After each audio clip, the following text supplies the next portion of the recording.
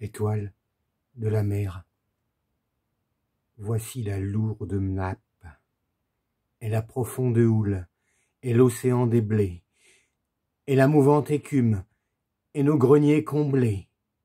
Voici notre regard sur cette immense chape. Et voici votre voix sur cette lourde plaine, et nos amis absents, et nos cœurs dépeuplés. Voici le long de nous nos poings désassemblés, et notre lassitude, et notre force pleine. Étoile du matin, inaccessible reine, voici que nous marchons vers votre illustre cour, et voici le plateau de notre pauvre amour, et voici l'océan de notre immense peine. Un sanglot rôde et court par-delà l'horizon. À peine quelques toits font comme un archipel. Du vieux clocher retombe une sorte d'appel. L'épaisse église semble une basse maison. Ainsi nous naviguons vers notre cathédrale. De loin en loin surnage un chapelet de meules, rondes comme des tours, opulentes et seules, comme un rang de châteaux sur la barque amirale. 2000 ans de labeur ont fait de cette terre un réservoir sans fin pour les âges nouveaux. 1000 ans de votre grâce ont fait de ces travaux un reposoir sans fin pour l'âme solitaire. Vous nous voyez marcher sur cette route droite, tout poudreux, tout crotté, la pluie entre les dents, sur ce large éventail ouvert à tous les vents, la route nationale est notre porte étroite. Nous allons devant nous, les mains le long des poches, sans aucun appareil, sans fatras, sans discours, d'un pas toujours égal, sans hâte ni recours. Des champs les plus présents vers les champs les plus proches. Vous nous voyez marcher, nous sommes la piétaille. Nous n'avançons jamais que d'un pas à la fois, mais 20 siècles de peuples et 20 siècles de rois, et toutes leurs séquelles, et toutes leurs volailles, et leurs chapeaux à plumes, avec leurs valetailles, ont appris ce que c'est que d'être familier, et comme on peut marcher les pieds dans ses souliers. Vers un dernier carré le soir d'une bataille, nous sommes nés pour vous au bord de ce plateau, dans ce recourbement de notre blonde Loire, et ce fleuve de sable et ce fleuve de gloire n'est là que pour baiser votre auguste manteau. Nous sommes nés au bord de ce vaste plateau, dans l'antique Orléans sévère et sérieuse, et la Loire coulante et souvent limoneuse n'est là que pour laver les pieds de ce coteau. Nous sommes nés au bord de votre plate bosse, et nous avons connu, dès nos plus jeunes ans, le portail de la ferme, et les durs paysans, et l'enclos dans le bourg, et la bêche, et la fosse. Nous sommes nés au bord de votre bosse plate, et nous avons connu, dès nos premiers regrets, ce que peut receler deux désespoirs secrets, un soleil qui descend dans un ciel écarlate, et qui se couchera d'un sol inévitable, dur comme la justice, égal comme une barre, juste comme une loi, fermé comme une mare, ouvert comme un beau socle et plan comme une table. Un homme de chez nous, de la glèbe féconde, a failli jaillir ici d'un seul enlèvement et d'une seule source et d'un seul portement, vers votre Assomption la flèche unique au monde. Tour de David, voici votre tour Bosserone. C'est l'épi le plus dur qui soit jamais monté vers un ciel de clémence et de sérénité, et le plus beau fleuron dedans votre couronne. Un homme de chez nous a fait ici jaillir, depuis le ras du sol jusqu'au pied de la croix, plus haut que tous les saints, plus haut que tous les rois, la flèche irréprochable, et qui ne puis faillir. C'est la gerbe et le blé qui ne périra point, qui ne fanera point au soleil de septembre, qui ne gérera point aux rigueurs de décembre. C'est votre serviteur et c'est votre témoin. C'est la tige et le blé qui ne pourrira pas, qui ne flétrira point aux ardeurs de l'été, qui ne moisira point dans un hiver gâté, qui ne transira point dans le commun trépas. C'est la pierre sans tache et la pierre sans faute, la plus haute oraison qu'on ait jamais portée, la plus droite oraison qu'on ait jamais jetée, et vers un ciel sans bord, la ligne la plus haute. Celui qui ne mourra le jour d'aucune mort, le gage et le portrait de nos arrachements, l'image et le tracé de nos redressements, la laine et le fuseau des plus modestes sorts. Nous arrivons vers vous du lointain Parisis. Nous avons pour 3 jours quitté notre boutique et l'archéologie avec la sémantique et la maigre Sorbonne et ses pauvres petits. D'autres viendront vers vous du lointain Beauvaisis. Nous avons pour 3 jours laissé notre négoce et la rumeur géante et la ville colosse. D'autres viendront vers vous du lointain Cambrésis. Nous arrivons vers vous de Paris capitale, c'est là que nous avons notre gouvernement et notre temps perdu dans le lanternement et notre liberté décevante et totale. Nous arrivons vers vous de l'autre Notre-Dame, de celle qui s'élève au cœur de la cité, dans sa royale robe et dans sa majesté, dans sa magnificence et sa justesse d'âme.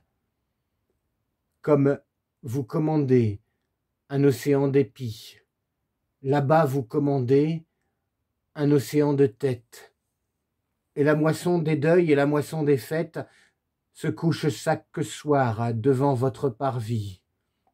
Nous arrivons vers vous du noble Hurepoix, c'est un commencement de bosses à notre usage, des fermes et des champs taillés à votre image, mais coupés plus souvent par des rideaux de bois, et coupés plus souvent par de creuses vallées pour l'ivette et la bièvre et leurs accroissements, et leurs savants détours et leurs dégagements, et par les beaux châteaux et les longues allées.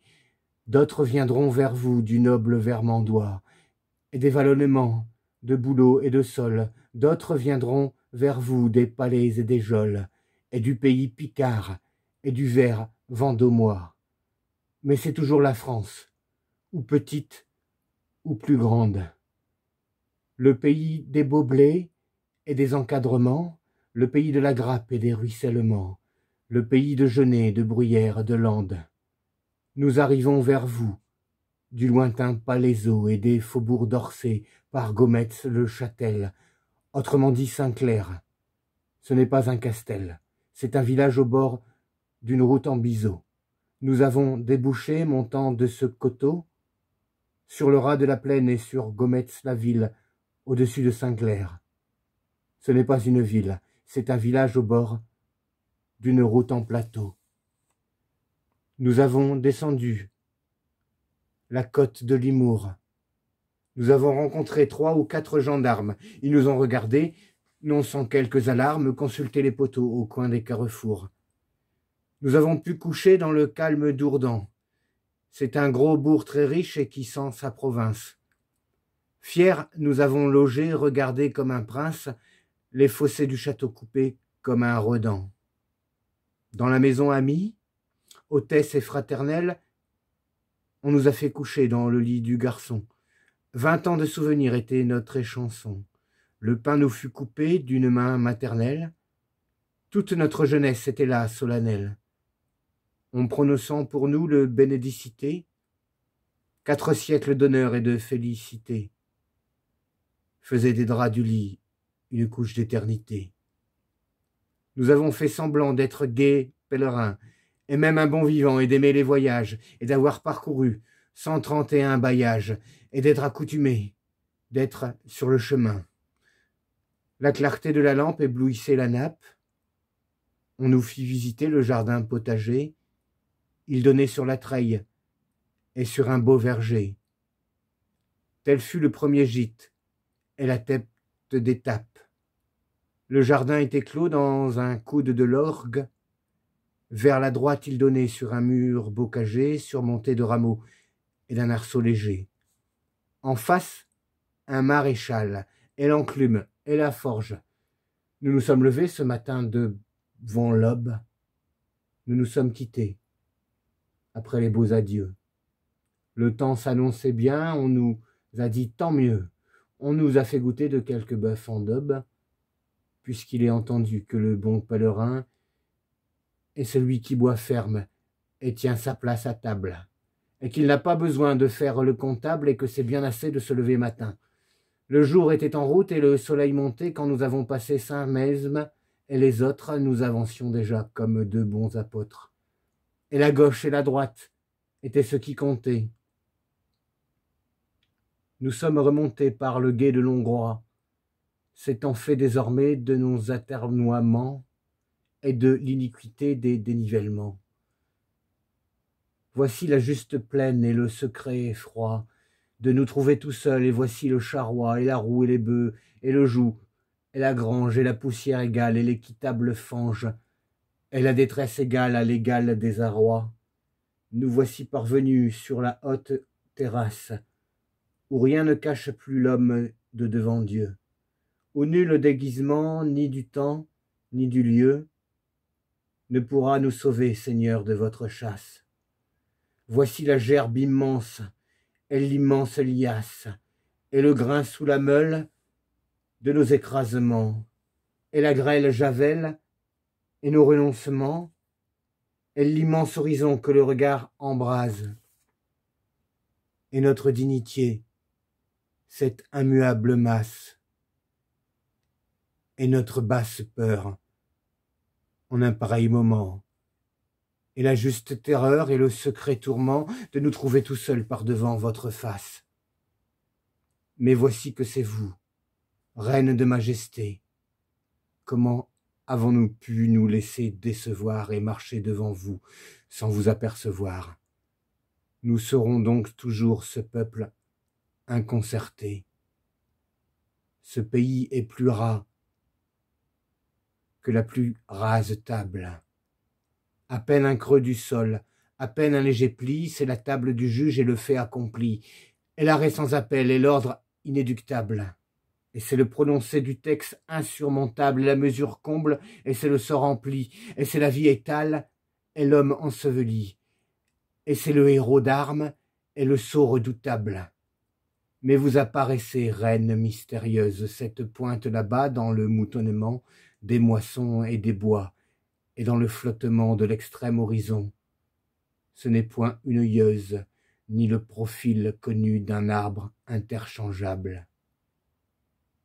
C'est déjà plus distante, et plus basse et plus haute, ferme comme un espoir sur la dernière côte, sur le dernier coteau, la flèche inimitable. D'ici vers vous, ô reine, il n'est plus que la route. Celle-ci nous regarde, on en a fait bien d'autres. Vous avez votre gloire et nous avons les nôtres.